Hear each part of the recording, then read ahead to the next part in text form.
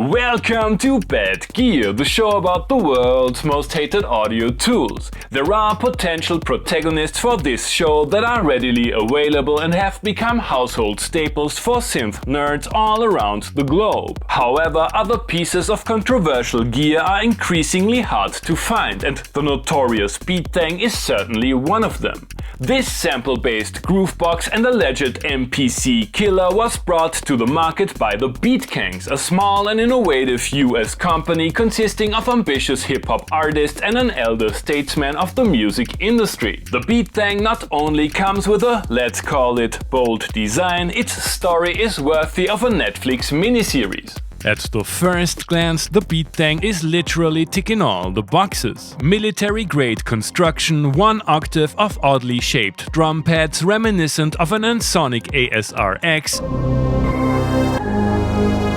a nice display, rotary controls for high-speed menu diving, almost sexual, isn't it, Smithers? unexpected pitch and mod wheels, and rumor has it the designers had a fable for lower back tattoos. In order to understand where the weird parameter names came from, we have to take a look at the origin story of the Thang. The Beat Kangz were founded in 2004, worked with Zoom on the street box, and showed a general discontent with the music tech industry when it came to dedicated hip-hop instruments. They wanted to build a machine that reflects hip-hop culture, raised the necessary funds, found a partner in crime in Kiss, Alice Cooper, Pink Floyd producer Bob Ezrin, presented a prototype at NAMM 2009, announced a release date for the same year, and... okay, that's a bit unfair. The 2010 virtual Beat Thang was allegedly used by Rockwilder on a 50-cent record. There was the Player Thang for iOS and an online hype train unheard of in the world of music technology. The Kangz teamed up with Grammy Award winner Dallas Austin, organized the $30,000 Kang of all battles, and I'm sure the RZA doesn't offer free beats.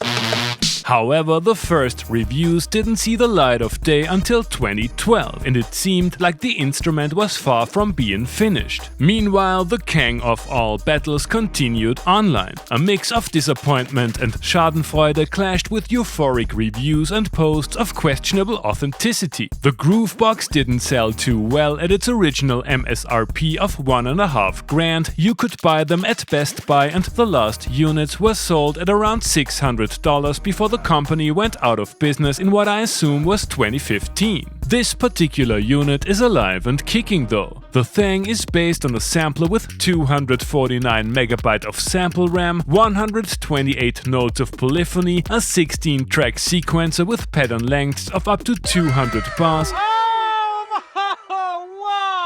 adjustable for every track individually,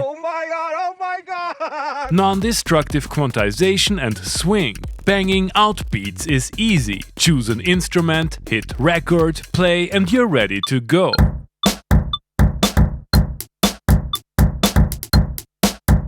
Roll, hold, metronome, and the two record modes are self-explanatory. There is no step recording or editing functionality, but you can delete whole tracks or single notes. The aforementioned instruments consist of samples that are loaded from the internal memory, USB drives, or two SD cards of up to 32 GB, and the machine is chock full of sounds every 2010 hip-hop producer was longing for. Bangers,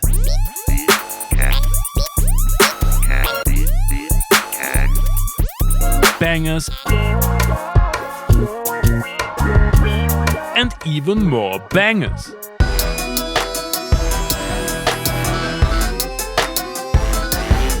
Creating and editing instruments works like a charm, which is essential given the odd trim and loop settings of many presets. Please keep in mind that switching modes, loading instruments, and even pattern changes lead to loading times that can be quite a buzzkill. Sampling is straightforward, and auto-chop and time stretch are cool. I found the internal mixer to be a little awkward to use. It's great to have a resonant filter per track, but the FX routing is kinda weird, especially when using the modulation FX called Freak. It's a hell of a drug. Speaking of FX, the bang functionality offers the exact opposite of mastering.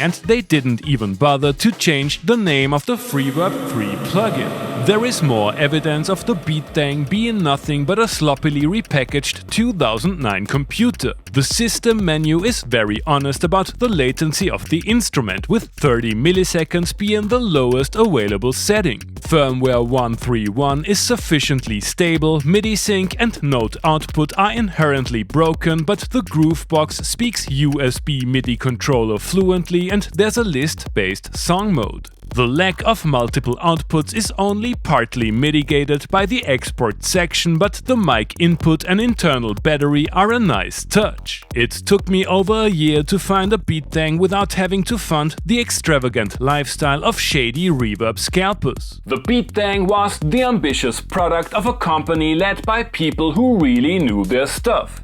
Did they mess it up with dubious marketing decisions? You have already heard Beat Kang's finest in today's intro tune. Nothing but impeccable taste. Time to go full on 2010 club banger.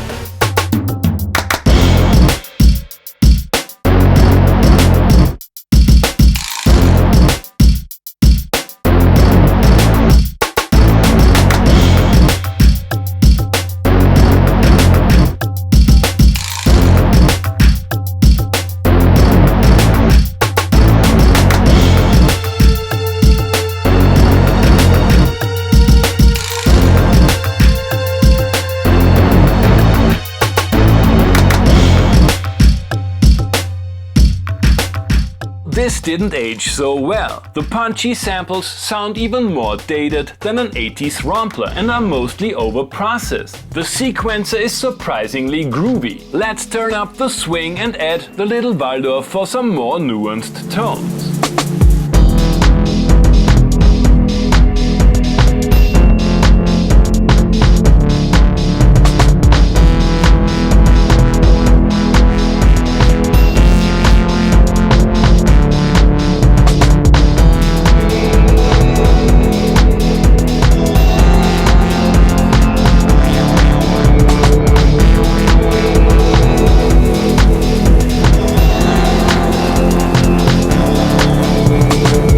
Was less fun than I expected. Sure, the sounds work pretty well out of context, but the MIDI functionality of the machine is barely usable. The Beat Thang was certainly not designed by the Kangs of subtlety. I wanna know how high we can stack in this ain't but a thank you.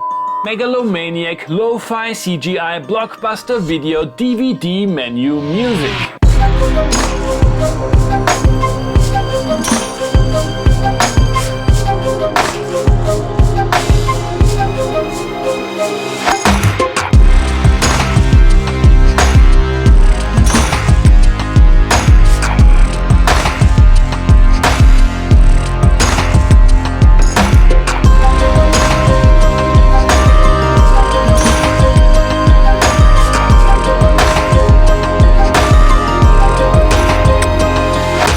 Verdict.